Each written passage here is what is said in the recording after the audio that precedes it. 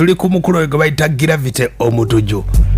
Gravity Omutujju embeera tennaterera wadde n'akamu. Olunaku olwajja kutegeeza nti yateekayo oluyimba ndooza Friday eddoboozi ly'omutuuze ku YouTube ne balikuba claim omukulu ne baludeliitinga okusinziira bategeeza nti oluyimba olwo yakozesa byonna biri mu luyimba kiwaani olwa Bobi Wine.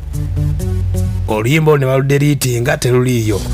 Kati okulufuna yonna oyinza lufuna ku Zenda, oyinza genda ku Majestic, ku library n'olufuna, naye ku YouTube teruliiyo.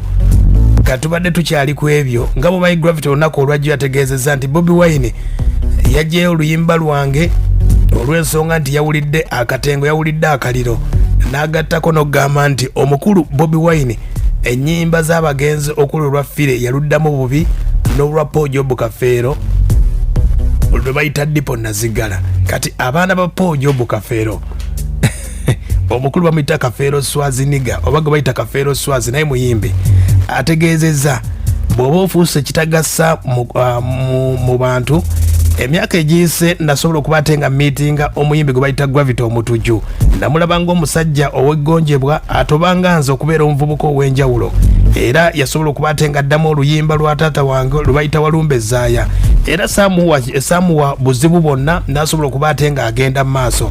Naye embeera yasobola okuba ate nga yeeyongera mu maaso, twasobodde okuba ate nga tuswala ng'ab'ekika n'abafamire ya Paul Kafeero olw'ensonga nti yayisizzaamu Bobi Wine amaaso. Olw'ensonga aga nti Bobi Wine weddamu oluyimba Dippo Nazzigala, Bobi Wine yatwala akadde era n'atutuukirira, agamba Kafeero Schwarz yajja ne ku ssomero gye nnali era ebifaananyi n'abiteekawo nga Bobi Wine amukyaliddeko, era Bobi Wine yabakyalirako n'abawa n'akasente. Okitegedde? Ne wabula omukulu Gravity Omutujju yaddamu oluyimba lwaffe n'aluteekamu n'ebigambo ebitagasa oba oli awo ebiweebuula, naye teyatuwayo wadde na 11. Kati embeera eyo bategeezezza nti nabo oluyimba bagenda ddujjayo ku mitimbagano gyonna, ndowooza era bajja ddujja ku YouTube okuba woyinza okuloopera n'ewalala. Naye omutabani wa Paul Kafeero naye ategeezezza nti akamanyiro kasusse olw'ensonga nti Gravity yagambye nti Bobi Wine oluyimba Dippo Nazzigala yaduddamu bubi.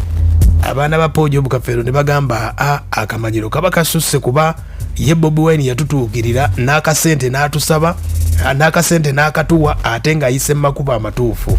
Ate ono Gravity gwe twaleka ennyimba lwa muzeeyi Walumbe yalugattamu n'ebigambo ebitagasa ebitanyuma, ate ng'oluyimba oba olyawo lwe lwamuwa ne platform abantu ne bamumanyira awo. Kati nabo basazeewo nga famire oluyimba olwo bagenda ddujjayo. Copyright etandise okukola bulijjo nanti abayimbi bagamba copyright enaatandika etya.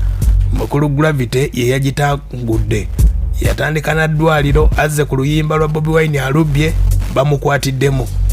Olwa Paul Kafeero Walumbe kabalujje ku mutimbagano, copyright etandika okukola ki? Etandika okukola. Ensonga bweyimiridde bwetyo